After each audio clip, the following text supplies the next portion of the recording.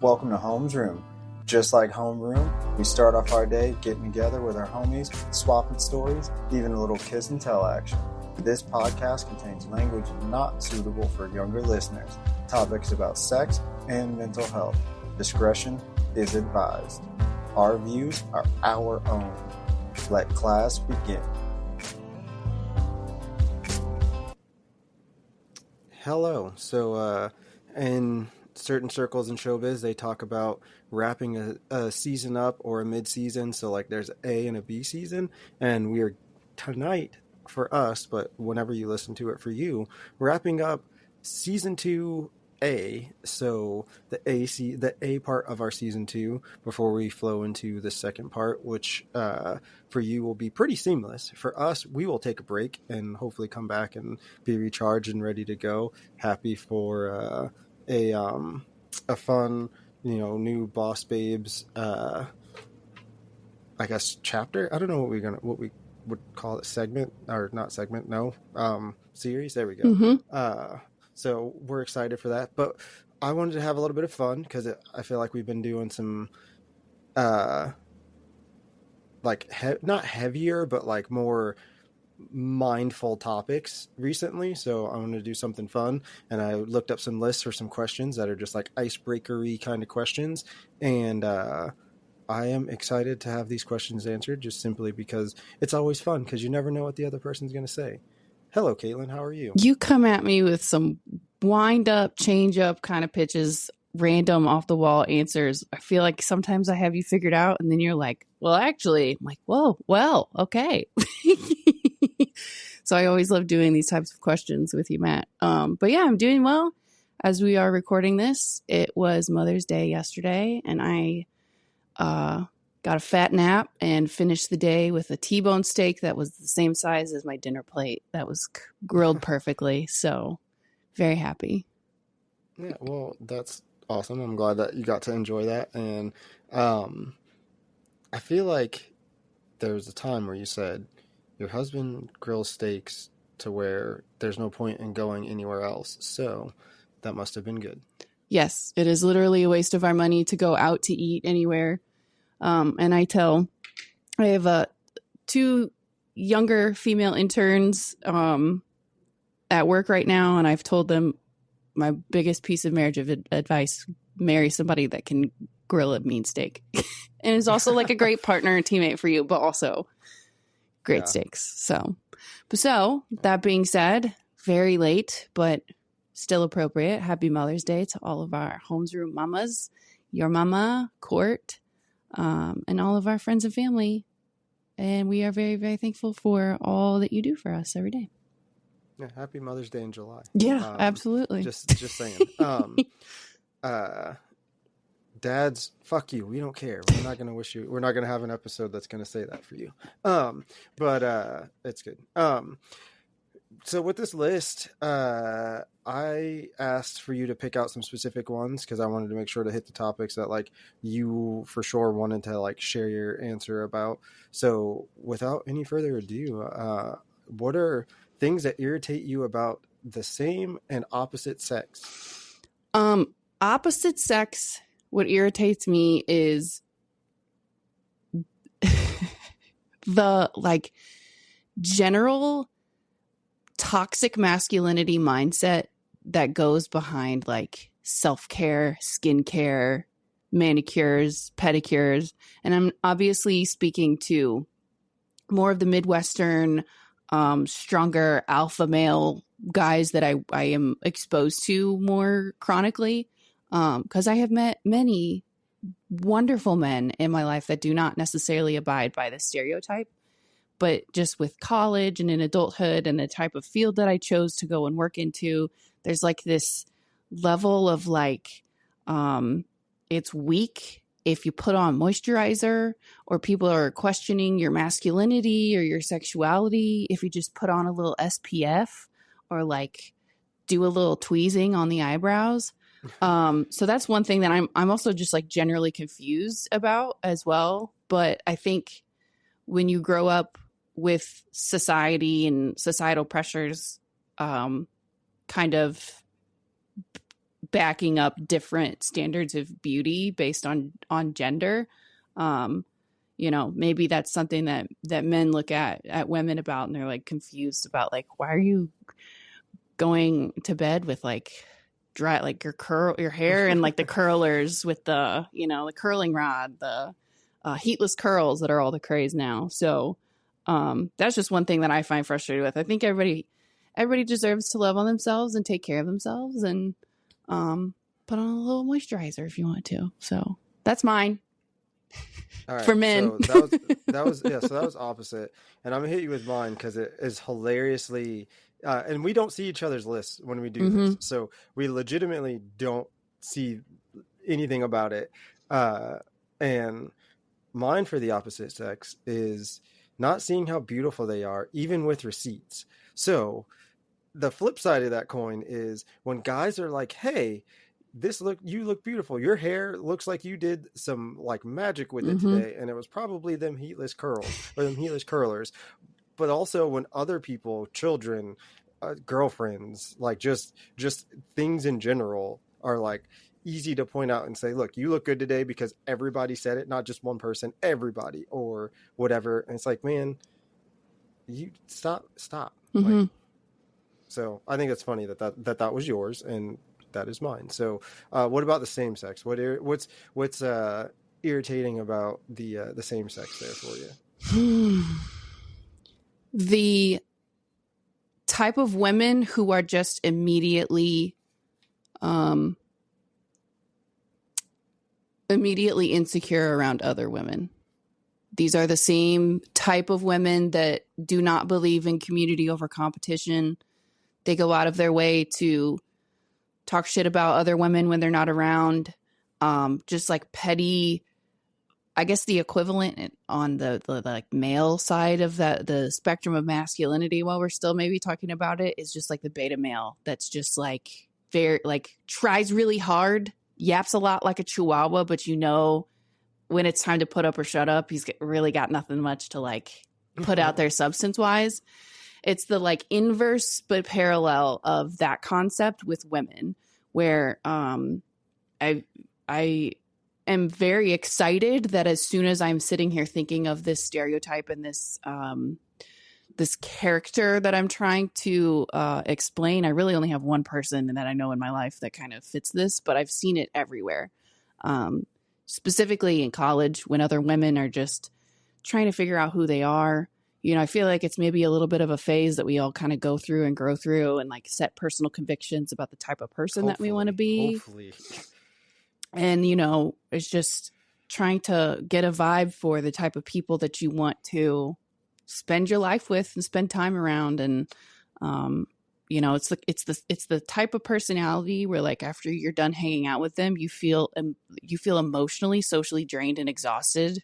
And you're like, I got to recharge. Where like other good friends that are good champions for you, other women that are wonderful for you, you feel energized when you're walking away from them. So just general cattiness, pettiness, tearing other women down, that really just gets on my fucking nerves because it's already hard out here as is. Yeah, I feel that. Like I said, hopefully that's a thing that people grow out of and don't stay in. And hopefully it's a young person's phase, not a adult phase. I know that that's not entirely true, so there's hoping. But yeah, so for me, what irritates me about the same sex would be an inability to take a step back when needed. So like when you see something happening and you don't quite understand, and instead of taking a step back and having somebody be like, hey, this is what's actually going on, you just jump in and then you're fucking everything up because you didn't take that step back. Or somebody needs you to just like be there, doesn't need you to like comment, doesn't need you to like pick up the heavy thing, just need you to be a person in the room. And you can't fucking do it because you got to step up and be like, I'm the man. I got to do it. Because like for me, like one of my favorite things is when people tell me, you don't open the door for your wife.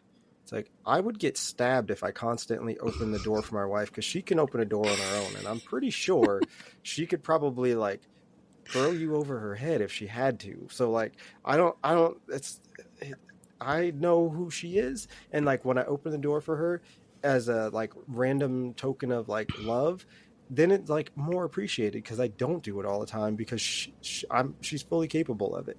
Uh, so it's like being able to take that step back and be like, oh, things may be different than I perceive them. Mm-hmm. But yeah, I don't know. So there's that one, and then we're gonna jump to the next one, and this answer for me is probably gonna surprise you. I guess I don't know, but we'll see.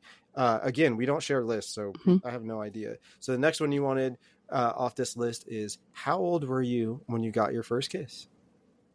I was in 8th grade, and I was dating this boy. And I was so mad that he wasn't making the move first. We were at my best friend Kayla's house because she always had like her mom was like her family was just like a wholesome family that just wanted all of her kids and their friends involved. Like she just wanted to be there. So they always had like bonfires that had no alcohol. It was just like wholesome kid time, you know? So I was 8th grade. So I don't, how old would that make me? Shit. Probably 14, maybe 13, between 13 and 14. I want to say I was probably closer to. I have an 8th grader right now. Oh yeah, you probably would know then. I would say, so I was young for my age. I was probably 12 or 13 then. But I just finally got fed up, and I was like, all right, if you're not going to do it, then I'm just going to do it. And so I just kissed him on the lips in front of a whole group of our friends, and all of them were like, oh.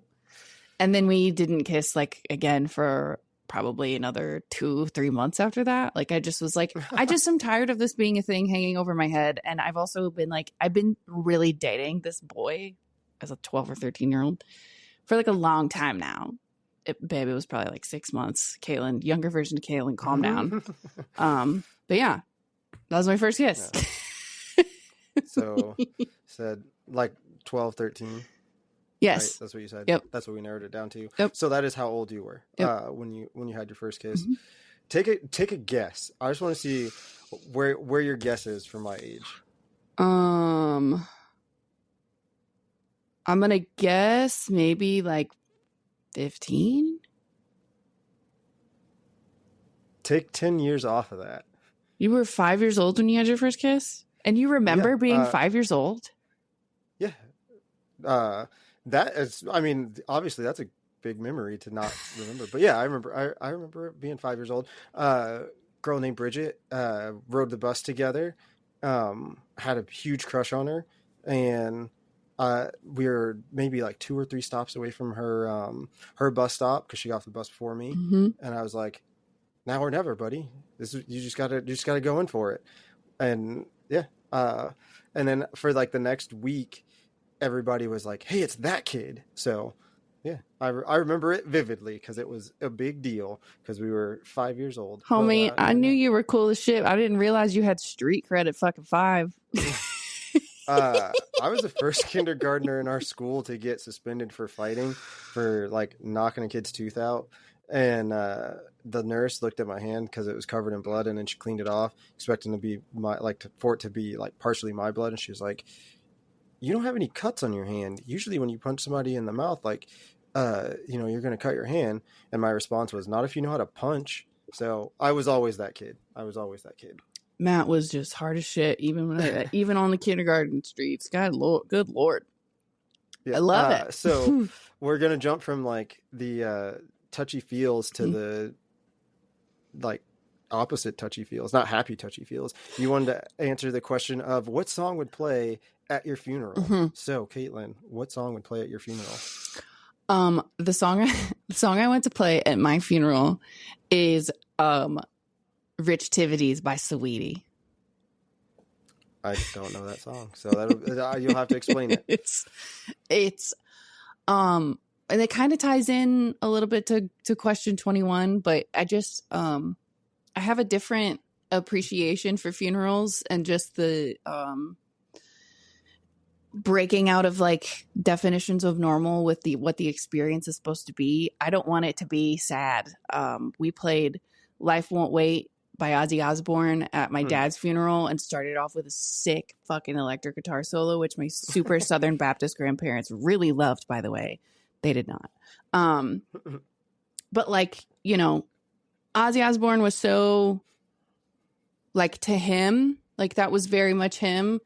And maybe it doesn't even have to be like Sweetie, even if it's like a Cardi song or Megan Thee Stallion or even like a Stevie song. Like I just want something that's upbeat and is like a party. I want it to be a party. I want it to be a celebration. But yeah, immediate off the dome. And what I had written down was Rich Tivities by Sweetie, because it's on my hype up playlist when I am having a long day at work that I listen to. Fair. Mm-hmm. What about you? Mine is actually one that was, I believe, on our playlist episode, which the playlist is still up. So go back to the like In Our Feels. I think I can't remember the title of the episode off the top of my head, but there's a Spotify playlist for the Homes Room, and it's when we're in our feels, go listen to this playlist, and you know I do listen to it every once in a while, but it is Wolves by Down Like Silver. So you know, I tying to 21, it's completely opposite of what I would answer for 21, but that is the song because like the funeral, and as far as I'm concerned, isn't for me, is for you. So the song that would play for me is just a reminder to like, let me go, let me be, you know, that like I'm gone now. Yeah. So that part don't matter no more. So yeah, but I feel like I understand your answer to that. I am not sure what your answer to number 8 is, which is, what is your definition of cheating? Oh, okay. If you are in a long-term relationship, even outside of marriage, I believe that even if you have someone in your phone, in your contacts list, in your texts, in your work emails, if you have somebody that you are turning to for comfort that is not your partner, I qualify that as cheating. I think that millennials would like maybe call it like emotional cheating or whatever. To me, that's where the like line is kind of drawn, and where the like wandering eye and the infidelity and the betrayal of a relationship that you have with another person. If you have not, I mean, if you're in like an open relationship or you're in like a polyamorous relationship, like obviously that's a completely different situation. But if you're in a relationship with one other person and you have no, you know, you just expect monogamy, as soon as you start looking to somebody else for comfort or for emotional support, that's where I believe a line has been crossed, and you are corrupting the integrity of that relationship and that, you know, that bond that you have with somebody else. My answer.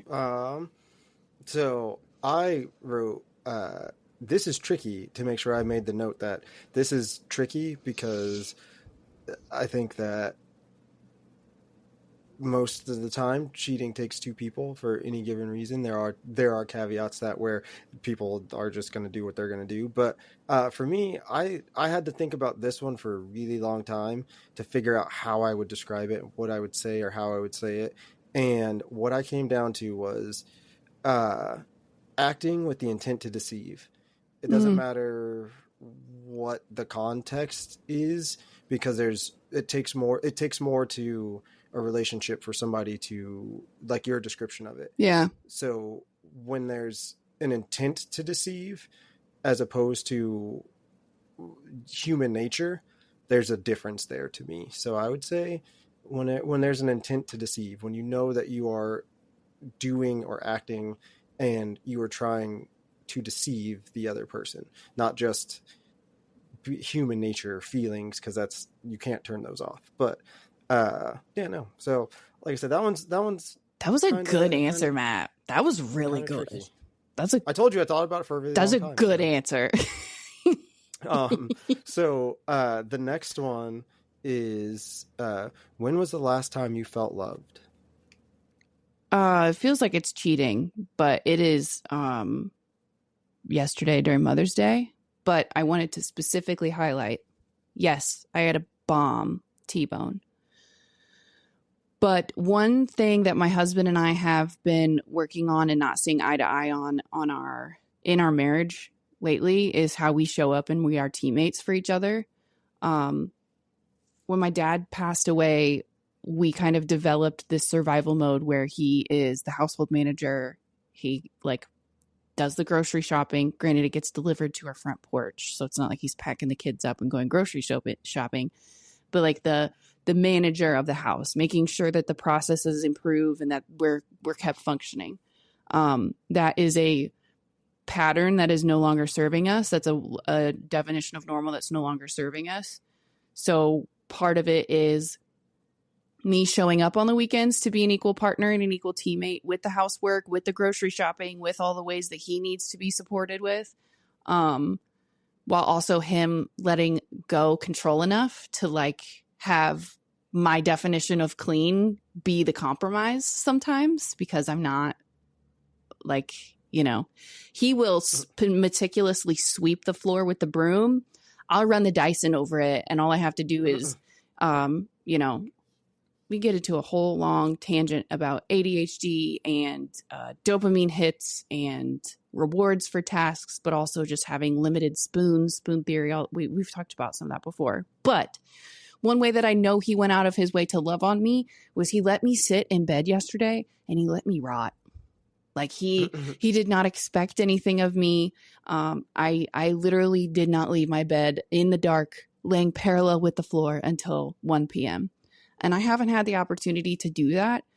For him, recharging looks a lot like going out and playing golf and reconnecting with his friends and doing all that. For me, recharging is disassociating, sitting in silence, sitting in the dark and rotting. Like sometimes it's just what I need to like get back to a balanced state of not being overstimulated.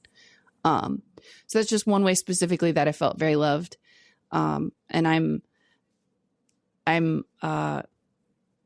continually surprised by the ways that we are still learning how to love each other through all of the changes of marriage, the changes of adulthood, changes in parenthood, and just continually reaffirming the commitment that we made to each other. Because we made the commitment, people change, you know? Yeah. Marriage is work. It is. Is marriage hard? Episode plug. My answer, I guess, to that would be like the last time I felt truly loved was when I got a signed picture from my teammates. So Courtney, I don't know the particulars because obviously it was a surprise, the whole point. But I'm a super like, I don't think people understand that I'm a super sentimental person. So like when you come through for me, or when you do things that like show a higher level of like intent behind it, those mean the most to me. When people show up and do the bare minimum, it's like, okay, that's what's required. I'm not going to praise you. It doesn't make like, that's just what's required. When you go a little bit above, then like, it's like, okay, cool. I can see some effort, but I don't know that I can rely on that because it's not a consistent thing. But when somebody puts in a ton of effort and, you know, shows that like they wanted to do something special, and what they did was they made a collage of a bunch of pictures of me playing, including some of my favorite pictures. And then they signed it, you know, yearbook style around the outside. And one of the husbands of a player said he loved that I didn't put it down. Like after they gave it to me, it didn't leave my hands. And that's because stuff like that means so much to me. So, you know, it's like pure love to me. Because anybody can say good job or I'm going to miss you or whatever, but to take the time to like put that together and as a team say we're going to sign this and give it to coach is like, it was huge. So that was definitely my felt truly loved moment. That's so sweet. Call back to. What are sidetrack. If you listened to last week's episode, you would have heard me start the episode and throw Caitlin completely off, the side of the pier with, how I know I need a haircut? I just want to say, for the people listening, I did in fact cut my hair, so that I don't have to deal with that again, because that was such an annoying thing. So sorry for the random sidebar, but I wrote a note and I looked down at my notes and was like, oh, hey, I got to say that before I forget about it again. So that was a lesson I learned, is I can't wear these headphones with my hair as long as it was. So what are two of the biggest lessons that you've learned from a previous relationship, Miss Caitlin? Kind of controversial, but I learned that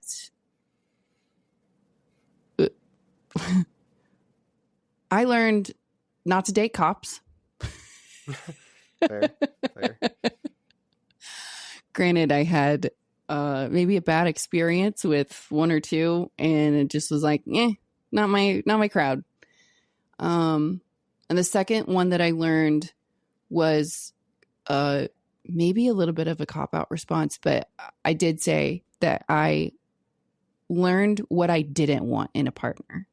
I learned the ways that I did not want to be loved, or the ways that the red flags that I saw in previous partners, I took to heart. Like, even if it feels like a waste of time for those relationships, I still felt super convicted, and it made me feel a little bit comforted by, like, I was with this dumb shit for 2 years and I wasted so much of my time and my life and my love on this idiot. But I also have really serious convictions about what I will not waste my time with, how I do not want to be treated by a partner, how I do not want to be loved by a partner. And as soon as I saw somebody that kind of had those same red flags, and, I dipped, and I feel like I saved myself some grief because of those shitty past relationships. So 2 lessons I learned is don't date cops, and what things I don't want in a partner. Fair. I think we've had that conversation before about how, like, learning what you want is important, but equally important is learning things that you don't want. So congratulations on learning those lessons the fun way.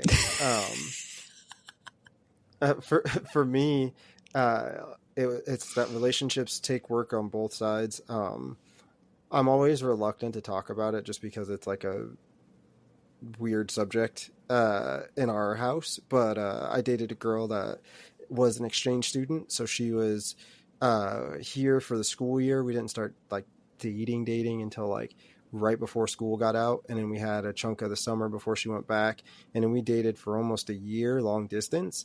And we were juniors in high school, so like how much effort it took to continue to have a relationship with somebody who not only you weren't going to see, but you weren't going to see ever. It just shows how much work it takes to keep a relationship and communication and things like that, because that's literally all you have. Yeah.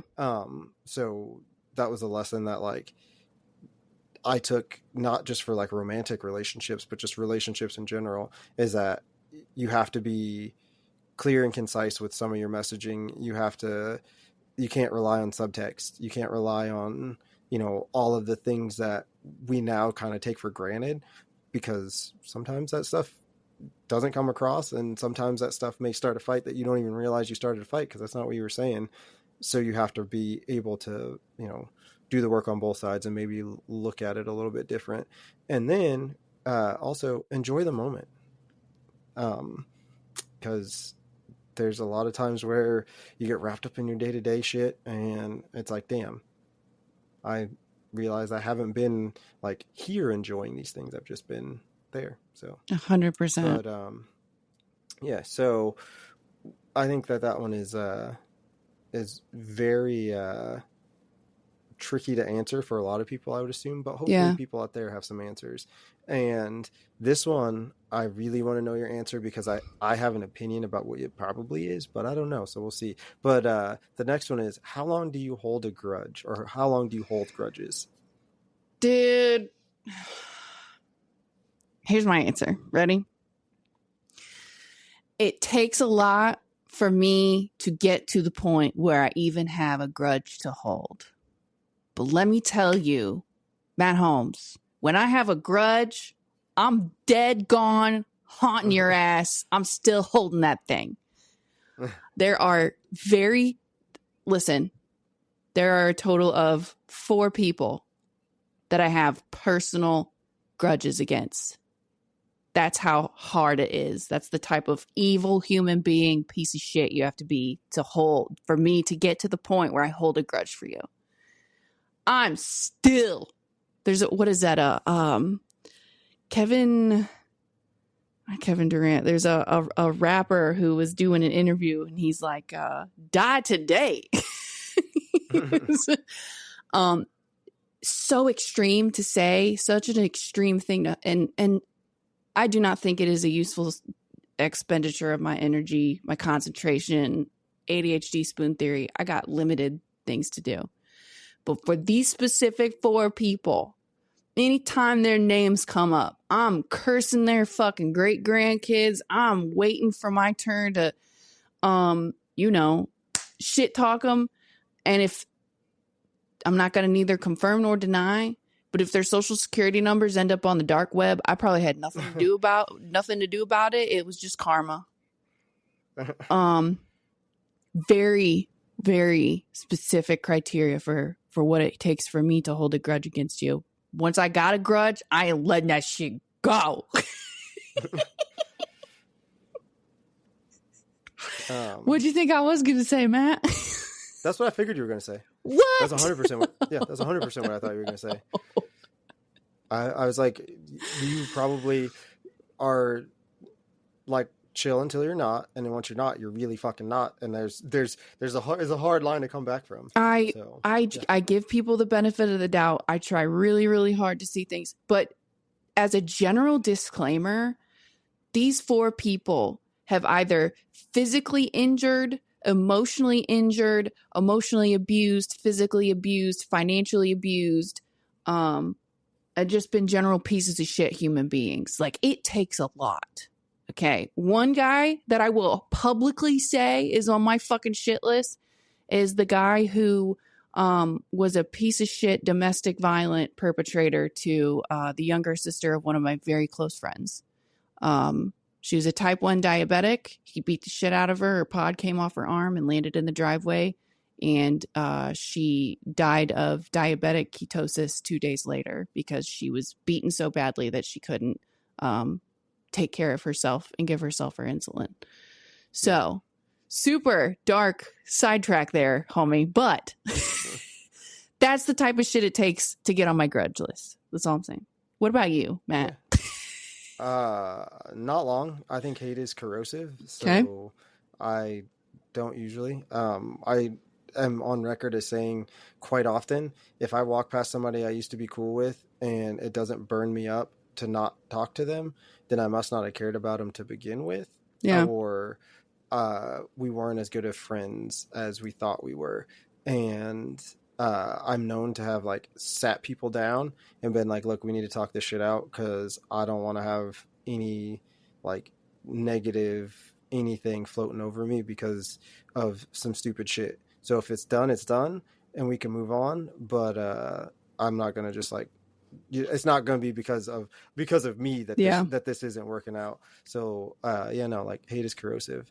Holding grudges, I don't know, like I just don't care enough to like harbor it. So like people I dislike now, like don't get me wrong, there's people where it's like, yo, if you knew me and that person weren't cool, and again, not because I wasn't cool with them, but because of their behavior and the way that they handled the situation when I tried to do everything possible, if I go and they try to show up at my funeral, make a motherfucking scene and kick them the fuck out, because they personally chose to act the way that they did towards me, not the other way around. And if it was me, I'd be like, look, man, I don't have no hard feelings about you, but we're having a good time in here, and there ain't no room for your negativity. So keep it moving.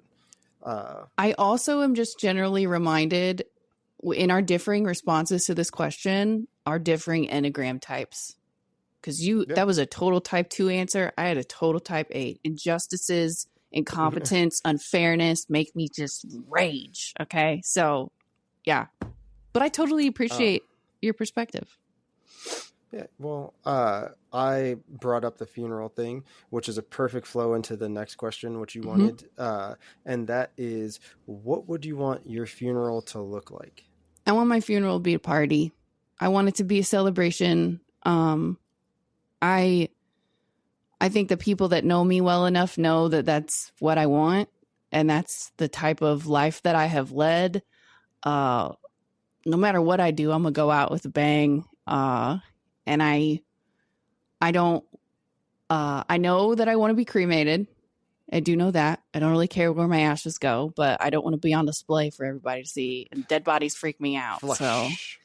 I mean, honestly, I'm not going to be around to give a shit. Send me on my way to go see Nemo and we'll just see how it goes, you know? Let my spirit take a journey. But yeah, I don't want it to be a sad sack time. And if people are crying, I hope it's happy tears. And I know that one thing I'm very secure in is the idea and the concept that like, I am who I am. I am who I am, sometimes violently, but I will always give it to people straight. Mostly because my face will not allow me to give you an alternate perspective than just mine. Like I'll be at work listening to something stupid, like, what the fuck? Why are we wasting time on this right now? You know? So, yeah, I want my funeral to be a party. Maybe a flash tat sheet so everybody could work on their sleeves a little bit more, but that'd be funny. But yeah, that's what I want for my funeral. What about you, Matt? That'd be hilarious. That'd be like the funniest thing. Grandma showing up like, hey, get in. But like a flash tat of things that are very me. So like a coquette bow, a can of Diet Coke, a bottle of Stella, a vape pen, even though I'm 24 hours free of it right now, whatever. A cigar, Chick-fil-A sauce container. It'd be hilarious just to like old people showing up to do it. Absolutely. What do you want your funeral to look like, Matt? I don't want a funeral. I want a celebration of life. And like I said, I legit don't want people who chose not to walk into my light or walk in my light to be there. Not because again that I'm holding a grudge, but just like if you did me dirty and I tried to be the peacemaker in a relationship and you chose not to take that, that's on you. That's not on me. And if I'm not there to be like, hey, look, I'm glad that you're finally here. I'm glad that you finally came around. If it took me dying for you to be like, oh, I'm going to go, because then like we weren't cool and you feel guilty and you're trying to absolve yourself of that guilt. And when I gave you that opportunity before, face to face, person to person, that's on you. That's not on me. So I don't want you there. And like I said, I don't care if you make a motherfucking scene, just like, nah, you ain't walking in here.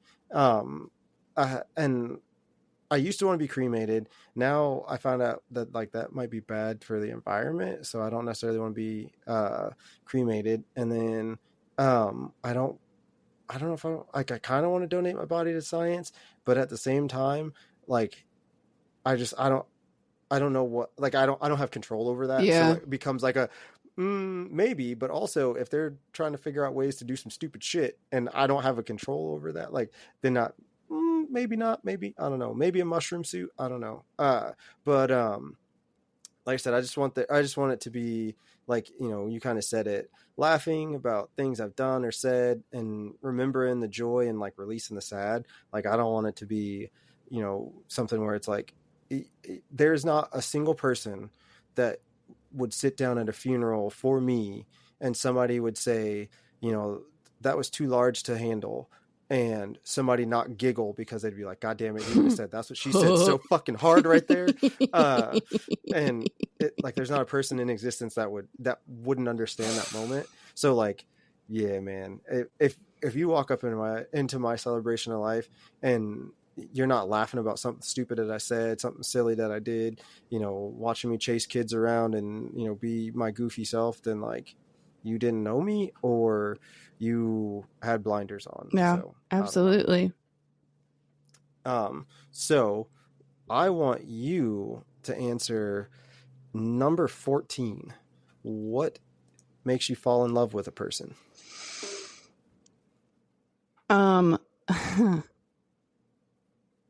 I had a little bit of a bullet point, and of course, maybe biased by my husband, but I was kind of impacted by the process of what it took to fall in love with him. What makes me fall in love with a person is mutual respect.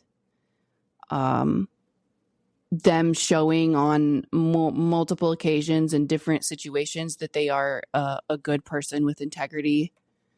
Knowing that they, what makes me fall in love with a person too is knowing that they will love me for me. They will not try to force me into a certain mold. They will not make me try to submit. That was a fun thing that I made sure that my husband knew. That word submit was not going to be anywhere in our marriage vows, because I'm not submitting to you and you're not submitting to me. We are teammates. We are partners.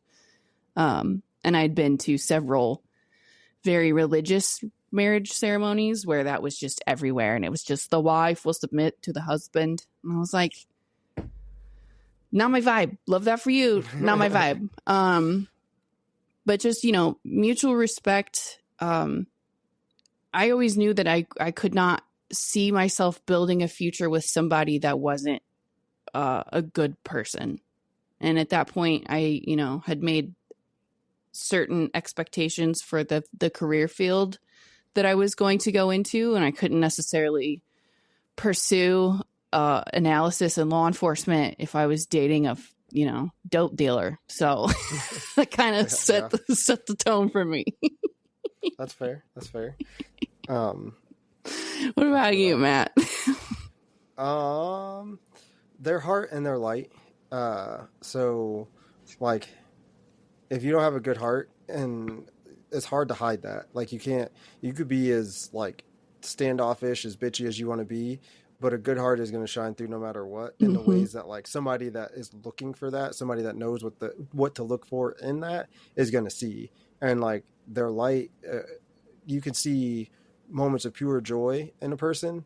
And if you can see those moments of pure joy and it's like, yeah, then like, cool. But if you see those moments of pure joy in people and it's like somebody tripped and fell and like they laughed at it and that's that moment, it's like, yeah, see, I can't fuck with you on that. Cause like somebody else's shortcoming or misfortune made you smile, like a real smile. That's fucked up. Nope. Bye. Can't do it.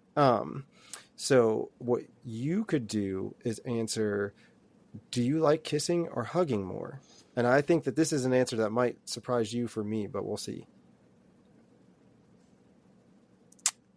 Actually, I think I said that I didn't have a preference over either. But now that I'm on the spot, after we've answered so much, I'm going to say that I like hugging more. Just because it feels, I don't know if it's the ADHD or what, but I just like being squeezed. Fair. What about you, homie? So in spite of the fact that I've been kissing for 30 years, we already established that I was 5 years old. But hugging, I always tell people, like, when you hug somebody and they give you a good hug and you're not like, there's somebody hugging and somebody getting hugged. And if you don't know the difference, then you've only ever been on one side of a hug. You've never been on the other side of it. And I think that like when you need a hug and somebody gives you like the hug you need, it's just, there's something about it. Kissing is kind of always like, whatever, like maybe not. But hugging, like a good hug will like make everything in that moment kind of disappear. So hugging is what I would say. And I want to know, because I assume it's going to have something to do with zombies, and I couldn't not ask this question because I know your fear, and you say there's only two things that gives you nightmares. So I want to know if this is which one it is that's your worst, and that is, what is the worst dream you ever had? Hold on, wait. Is it the one where your sister was trapped somewhere and it was zombies trying to get her? God, you have a good memory. I need to take fish oil. That's one of them.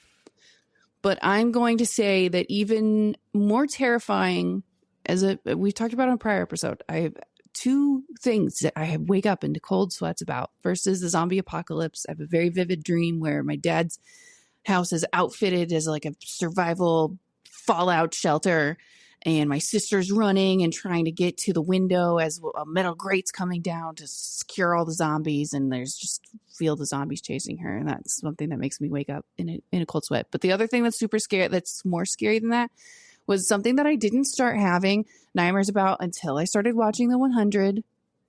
Okay, we love that show here at Home's Room, but it's floating in space, not connected to anything. Just because it's the level of like panic and the stages of just like panicking about I'm gonna die, like, you know, the reasoning with like, oh, I'll do this, I'll do that, like my oxygen lasts this, maybe somebody will find me, to just like finally submitting. I go through the entire decision making path when I have this like type of nightmare, and it's just the final resolve of like I'm gonna die. So which one's the worst? The worst is floating in space.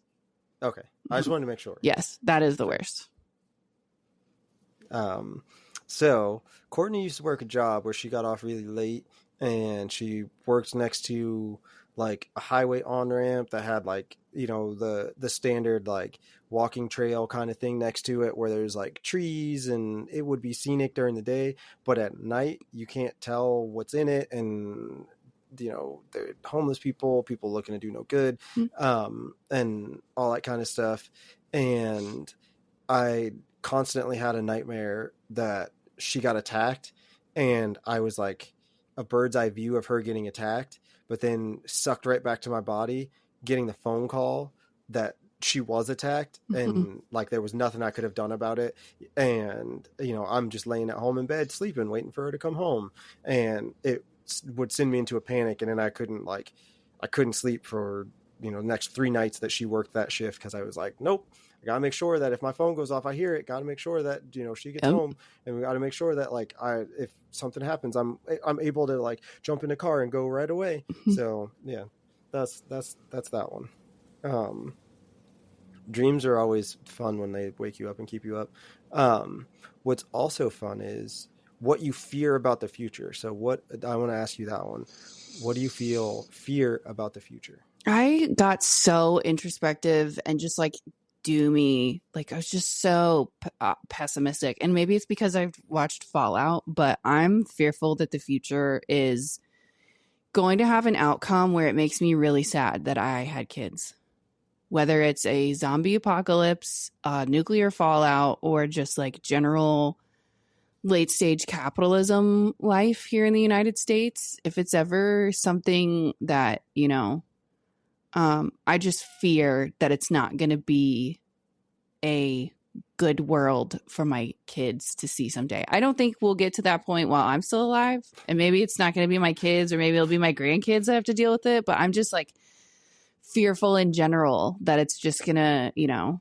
But then I also went to 20, or what was it, 22, what is it, 2,233 is a year of Fallout. Isn't that what it was in that show? I mean, yeah, maybe, but also you went so far in the future. Was not expecting that. But also, like, you know, climate change and holes in the ozone and cost of living. Yeah, but that could happen 2 years from now, 3 years from now. Things, you said I've been watching Fallout, and I was like, hold on. I mean, but here's let's just the other address thing that Fallout, too, though. The main character is like a ghoul. So now you know the difference between a zombie and a ghoul, because you've done seen a ghoul.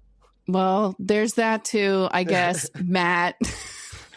But whether it's 5 years from now and it's something that I'm going to have to deal with and see while I'm still alive, or if it's just, you know, AHS Apocalypse was a decent season, or, you know, at some point I'm fearful that the world is going to turn into a mass awful, like critical incident that just causes complete waste. And my kids are like, like, or my descendants are like, man, I really wish my fucking ancestors never populated, or like, it's like a selfish choice to have children kind of thing. That's what I'm fearful of. Not that I'll hopefully be around to see it, but I want more immediate future. So like, I didn't go that far down the road. Just being in the same place is my simple answer because I didn't go that far. So I want to definitely not be in the same place. I want to grow as much as I can grow and not stop growing, not stop learning, not stop like pushing myself and understanding more about myself, because that's the goal. And if I'm in the same place, that means I didn't do any of those things. So that makes me very sad to think about. What I genuinely want to know, because I think this thing we're probably going to have a similar answer to, but I'm not sure, is what impression do you think you give off when you first meet someone, or when someone first meets you, or when you first meet someone, however you want to look at it? I think I'm a lot. I think I'm a bull in a china shop. I think people are initially not drawn to me because I am loud, I'm vocal, I'm very opinionated, and injustice frustrates me. And I also have formed all of my formative professionalism, all the building professionalism I've spent around gold badge detectives and law enforcement agents that just don't give a fuck. So I think I'm a lot. I think I'm a bull in a china shop. That's when people first meet you? Yes. Yes. And all the time. Always. I think people, I'm also, fun fact, Matt, I'm working on this in therapy. I've been dealing with a lot of like negative self-image and self-loathing lately. So I'll just put that disclaimer at the end of my answer. That's interesting. Not the disclaimer, but the that's how you think you come off immediately. Yeah. I wouldn't say that about you. And like, I get the context in which we met wasn't necessarily like your normal you, but I didn't see any of those things. So that's. But you can't say that you didn't see, you haven't. Okay, maybe you can. Have you ever thought that about me in the course of our over a year of making podcast episodes together at this point? Of like, honestly, wow, Caitlin's a lot. Not really. And that's why it's so interesting, because it's how you see yourself. It's how you see yourself. So it wouldn't matter. I don't think that you're a lot. I don't. Thanks, Matt. Like, I think it's. I don't know. I also like. It sounds really bad, but I grew up in a big family with like all women. So like to me, it's just normal. It doesn't seem out of place. So I could see that, I guess. But so for me, I would say quiet, off-putting, and hard to read is where I would go. And I think it's super interesting because, again, it comes back to like your own assessment of yourself. So yeah, I definitely agree with the quiet. I don't necessarily agree with off-putting, but again, going back to your answer too, we kind of maybe had a little bit of an unconventional first impression interaction with each other, but yeah, I will agree with hard to read sometimes though, because you just whip out some of these answers sometimes. I'm like, God damn it, Matt, that was not what I thought you were going to say. Yeah, I try. The term playing cards close to the vest was invented by me when I figured out time travel like 15 years from now, and went back and then said it because that's who I am. But we're like, it almost worked out perfectly where we've answered quite a few of these, so we can like go through them if we want, or wrap it up with the that's what she said. But the last one I want is the very first question. Do you believe in true love? No.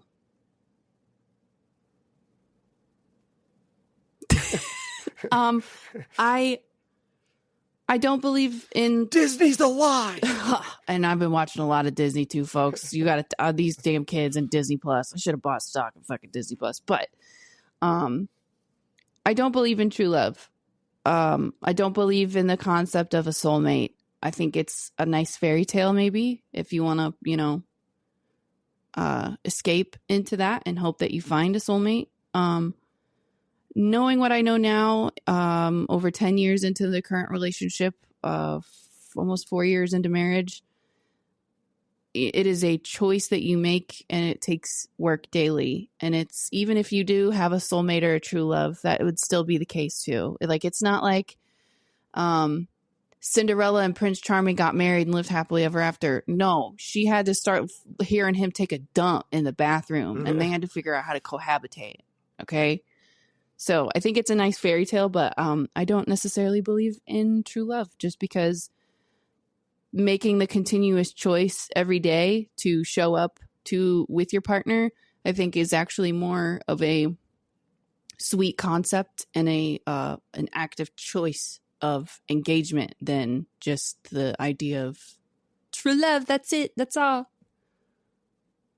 Even if you're not a true love, you choose to accept them and love them through their flaws. But I would argue that that's what makes it true love, is that you are willing to do that for this person. So in saying that, yes, I believe in true love. So I think it's rare, but I do believe in it. For the reasons that you listed, I would say that, like, strong love, not necessarily true love, is more common than true love. But also, I think that true love exists because it doesn't necessarily even mean that true romantic love. Like, I always think it's interesting that people go straight to marriage, because you can have a true love that is your friend, and no matter what, you know that you have each other's back. There's no expectations. There's no anything. It just is. And that can be true love. It just depends on your definition of what love is. And I think it's, like I said, I always think it's funny, which is why I wanted to ask that question for sure, because it comes down to, hey, like, my definition of love is care for another individual. It doesn't mean, like, that I'm in love with you in a romantic way. Like, me and Courtney got in an argument about that once, actually, because my friend said it and she didn't understand it. But her and my friend and I, like, we had that conversation before, where we think that you have to love your friends in some sort of fashion, or be in some sort of love with your friend in order to keep them in your life. Yeah. Because otherwise you wouldn't care about them. They would be people that are acquaintances. But yeah, so we can drop the answers to all of these questions in our social media, and I will drop the blank version of this in our social media as well, maybe in our stories or something, so you can screenshot it and then answer them, and send in the answers if you want to, or play along and, send in an email with some of your answers, send in a voice message with, like, the one that you just, like, I have to say this one, whatever. There's a ton of ways to get involved in the conversation, and we want you to get involved in the conversation. I'm going to start calling on individuals in the class. If you don't raise your hand, I was just going to start picking names out of a bucket, and then it's just going to be you. So listen for your name, getting called out, your random social media handles. Just be like, yo, you answer this question. And if you don't answer, then, like, we're going to make sure that everybody knows you don't answer. No, I'm just joking. That puts people on a spot, and nobody wants to be that kid getting called to read on the board and be like, I don't want to stand in front of people. But no, for real, get involved in the conversation. And also, Caitlin, do you have That's What She Said this week? Homies, we know that sometimes these little soapboxes I stand on, I'm saying them because I need to hear them, and I'm also a vocal processor. So this week is definitely falling in line with that. And this week I want to talk about the importance of unplugging and taking a fucking break. Of burnout is so real, and it's everywhere. I feel like almost every single person that I talk to or I see on social media is just, like, experiencing a lot of burnout lately. And I don't know what the deal is, but we're coming up on another presidential election. There's a lot of activism going on social media, which is all great. But that being said, it's super easy to get overstimulated, to get be chronically online, and to just be super burnt out between work, between adulting, between all the doom and gloom that, people want to bring your attention to the closer that we get to another presidential election. And take care of yourselves. Make sure you unplug if that's what it takes. Figure out what is a good hobby that helps you recharge your battery, whether you do it socially or do it by yourself. And practice some self-care and love on yourself. And we'll get through it, homies. And if you ever have any tips on how to avoid burnout or get over burnout, let me know, homie, because I am struggling with it myself right now. So go outside and take in the sun. That's what she said. I will. I'll try it tomorrow. We'll just see how it goes. Well, thank you for listening. Like I said, this is our last episode of the A season 2. So when we come back, we will have some Boss Babe stuff going on, and I think that from what we've already recorded as far as interviews go, it's going to be fun. And then we'll have our episodes that we talk about a random topic, and we already have some ideas for those that are hopefully going to be fun. Mm-hmm. And, maybe add to the conversation that people can go out and have with their friends, or be like, you should listen to this because this explains something that like I wouldn't have thought to say, but it's important to hear. But like I said, we want to get some topics. So if you have a topic that you want to hear for Boss Babes, or something that you hold, dear to your heart, that falls under the category of like, content for women or messages for women or anything like that, conversations that, you want us to have around what it is to be a boss babe or something, then like reach out, let us know. However you got to do it. Like I said, the only thing that we can't accept is smoke signals, only because I don't know if we'll see them and I don't want to have that lost. So definitely anywhere else, social media. If you have my phone number, send me a text message. I'm not giving out my phone number, so don't just be like for it.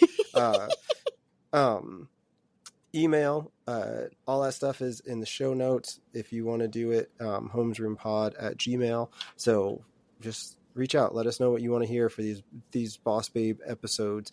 And then it's, the fun ride of October again. And we're going to do another like spooky season, because that was like really fun for us. And it seemed like everybody really liked those episodes. So yeah, with that, thank you for listening. Bye. Bye. The bell is about to ring. If you want to drop us a voice message or simply ask a question, you can do that by clicking the link in the show notes below. Be sure to leave us a 5-star review. It helps more people find us. Theme music by Kinsey. More music available on Spotify. Remember, every day is a class. Go learn something.